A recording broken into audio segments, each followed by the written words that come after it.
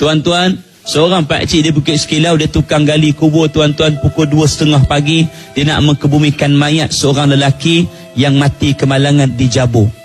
Ya, 2:30 pagi tuan-tuan yang dirahmati Allah. Bila sampai dia terima panggilan 2:30 pagi daripada pihak hospital kan. Hospital sekarang ni orang mati, orang yang meninggal pihak hospital akan uruskan. Waris hanya tuntut saja. Tuan-tuan, 2:30 pagi terima panggilan. Pak mak, pak cik bawa kawan dia seorang pergi hospital nak ukur, nak gali liang lahat, nak kena ukur. Ya, sebab ada orang Bukit Sekilau yang lain yang gali lubang kubur tuan-tuan. Bayangkan dia tengah gali lubang kubur, dia nampak tengkorak di sebelah. Bayangkan jadi macam tu tuan-tuan. Maknanya tuan-tuan, waktu tengah mula penggalian, dia gali lubang kubur tuan-tuan yang dirahmati Allah, sampai ke liang lahat. Liang lahat ni ada dua bentuk. Satu orang selalu buat L yang bentuk ke dalam, satu L yang lurus. Kalau kita berdiri atas kubur, kita boleh nampak L yang lurus. Dan kadang-kadang kalau di belah kampung, orang akan buat liang lahat tu L ke dalam. Betul kan?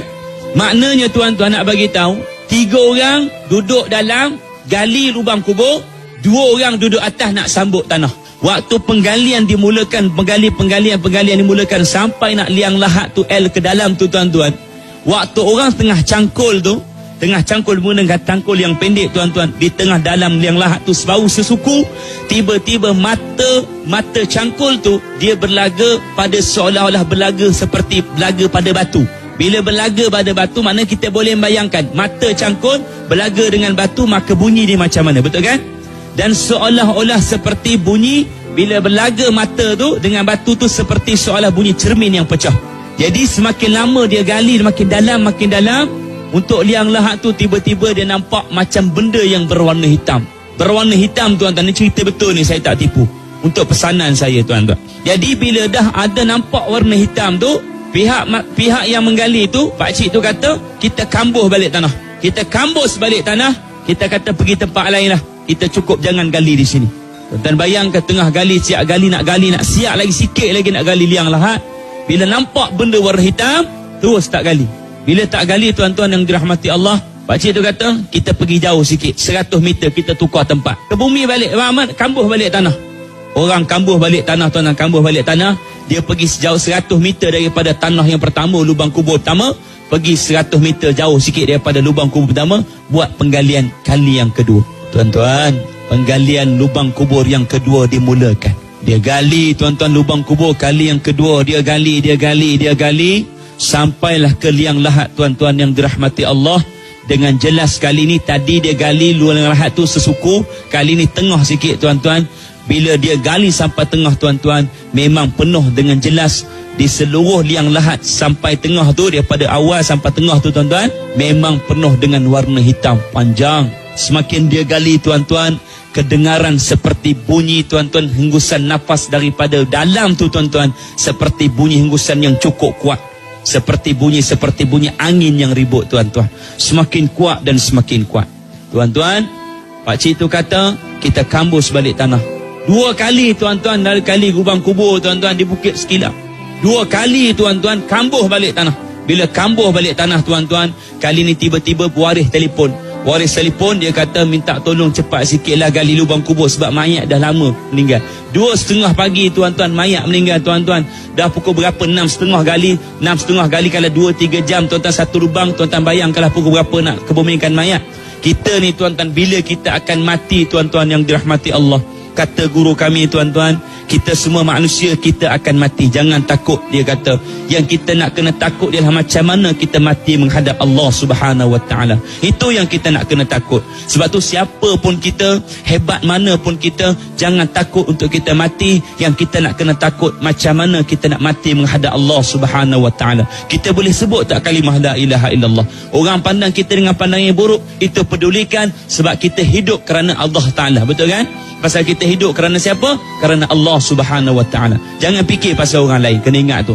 Bila dah kata jangan tanam kat situ, pihak waris dia telefon dah kata, okey, ni mayat dah lama sangat ni tuan-tuan. Mayat dah lama sangat ni. Lubang kubur dah jadi macam tu. Kambuh balik tanah. Cambuh lubang kubur yang kedua. Tuan-tuan, Bila kambuh lubang kubur yang kedua, tuan-tuan, dekat mana lagi nak gali, tuan-tuan? Mayat semakin lama dah, tuan-tuan. Mayat semakin lama ni cerita ni, tuan-tuan. Bila mayat dah semakin lama, pakcik tu kata, kali ni walau apa pun jadi, tuan-tuan, dia kata kita tetap kena gali dan kita tetap kena tunggu, tuan-tuan. Bila dah, tuan-tuan, lubang kubur yang kedua dah ditanam balik, kambuh balik, kali ni kita gali lubang kubur yang ketiga. Kali ni walau macam mana pun sekali, tuan-tuan, lubang kubur ni tetap kita kena gali. Penggalian lubang kubur yang ketiga dimulakan, tuan-tuan. Bila penggalian lubang kubur yang ketiga dimulakan, tuan-tuan, kali ni pakcik tu sendiri yang duduk dalam kubur tu 3 orang, tuan-tuan. 2 duduk di atas, tuan-tuan. Penggalian dimulakan. Bila penggalian dimulakan, dia gali, tuan-tuan. Kali ni bila sampai liang lahat, nampak dengan jelas berwarna hitam, kulitnya seperti cahaya, seperti yang keras, tuan-tuan. Maka itulah yang dia beritahu pada saya, dia ceritakan pada saya, tuan-tuan, apa yang memenuhi pada liang lahat, itulah namanya seekor ular yang besar. Itulah yang dia beritahu pada saya, dia ceritakan pada saya, tuan-tuan, apa yang memenuhi pada liang lahat, itulah namanya seekor ular yang besar. Tuan-tuan, pernah disebutkan oleh Nabi SAW, orang yang meninggalkan semayang dengan sengaja tanpa asbab, tuan-tuan, diberi makan kepada mereka syujahul aqra, ular seekor besar seperti sengkuk unta, tuan-tuan, panjangnya 30 hasta, tuan-tuan. Diberi makan kepada mereka manusia-manusia yang seumpama ini, tuan-tuan. Kena ingatlah termasuk saya, tuan-tuan. Bila dah nampak dengan jelas dalam liang lahat tu, itulah seekor ular yang besar, tuan-tuan, yang dirahmati Allah.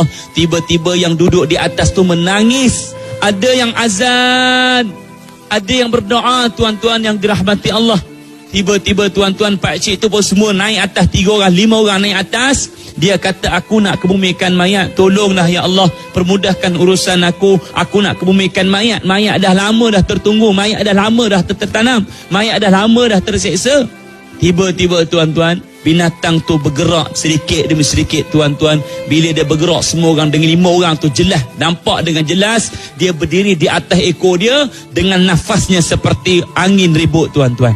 Tuan-tuan bayang, dia berdiri di atas ekor dia, tuan-tuan. Bila berdiri di atas ekor dia, tiba-tiba bila dia berdiri atas ekor dia tu, menyusuh hilang di celah-celah Bukit Sekilang. Tuan-tuan pergi perkampungan Bukit Sekilang, kau tak nampak kan macam mana kubur dia? Bila dah hilang, tuan-tuan, setengah jam lepas tu mayat pun sampai. Bila mayat pun sampai, tuan-tuan yang dirahmati Allah, waris mesti kena tengok mayat untuk kali yang terakhir. Dibuka kainkan kafan di muka, tuan-tuan, kita akan tengok tau. Siapa yang nak tengok mayat untuk kali yang akhir, boleh tengok. Kita akan tengok mayat untuk kali yang terakhir, tuan-tuan. Bila dah kata siapa nak tengok, waris nak tengok, okey, mayat bawa turun, tuan-tuan. Ya, mayat bawa turun. Bila dah semua waris semua dah tengok mayat tu, tuan-tuan yang dirahmati Allah, bila mayat dah semua dah tengok, dah kucup, dah peluk apa semua, diletakkan mayat tu dalam liang lahat. Tuan-tuan, waktu orang sedang meletakkan mayat ke liang lahat, muka kita ni, dahi kita, hidung kita, mulut kita, tuan-tuan, akan bercium dengan tanah.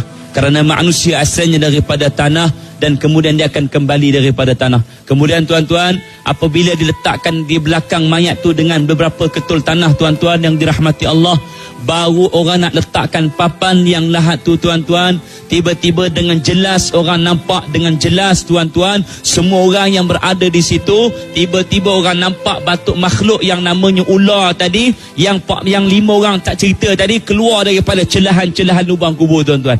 Bila dia keluar begitu, tuan-tuan, semua orang berlari jauh daripada lubang kubur, duduk tepi jalan, dekat tepi jalan Bukit Sekilau tu. Bila dah begitu, tuan-tuan yang dirahmati Allah, 10 minit lepas tu sampai, tuan-tuan, dia masuk terus. Bila sampai masuk terus, tuan-tuan yang dirahmati Allah, orang tak tunggu lagi, tuan-tuan. Bila orang dah tak tunggu lagi apa, tuan-tuan, orang ambil tanah, orang terus kambus, ambil papan lahat tu, terus tutup, tuan-tuan. Ketika mana orang waris-waris ambil cangkul, ambil skop, tuan-tuan, ditaburkan tanah, tuan-tuan, di atas liang lahat, di atas tanah kubur tu, tuan-tuan. Tuan-tuan bayangkan, orang boleh mendengar seperti orang minta tolong, tuan-tuan. Tolong, tuan-tuan, orang minta tolong, tuan-tuan. Bayangkan, orang boleh mendengar waktu orang tengah baca talqin tu, orang tengah baca tahlil, baca doa, tuan-tuan, orang boleh mendengar seperti tulang yang patah sedikit demi sedikit, sedikit demi sedikit tuan-tuan yang dirahmati Allah. Bila kita tanya tuan-tuan siapa dia tuan-tuan, ada pengajaran dia berkaitan dengan semayang tuan-tuan yang dirahmati Allah. Kita tak mau cerita banyaklah, cuma kita nak bagi tahu pesanan pada saya tuan-tuan, Ramadan berlalu pergi, semayang jangan kita pergi sekali tuan-tuan.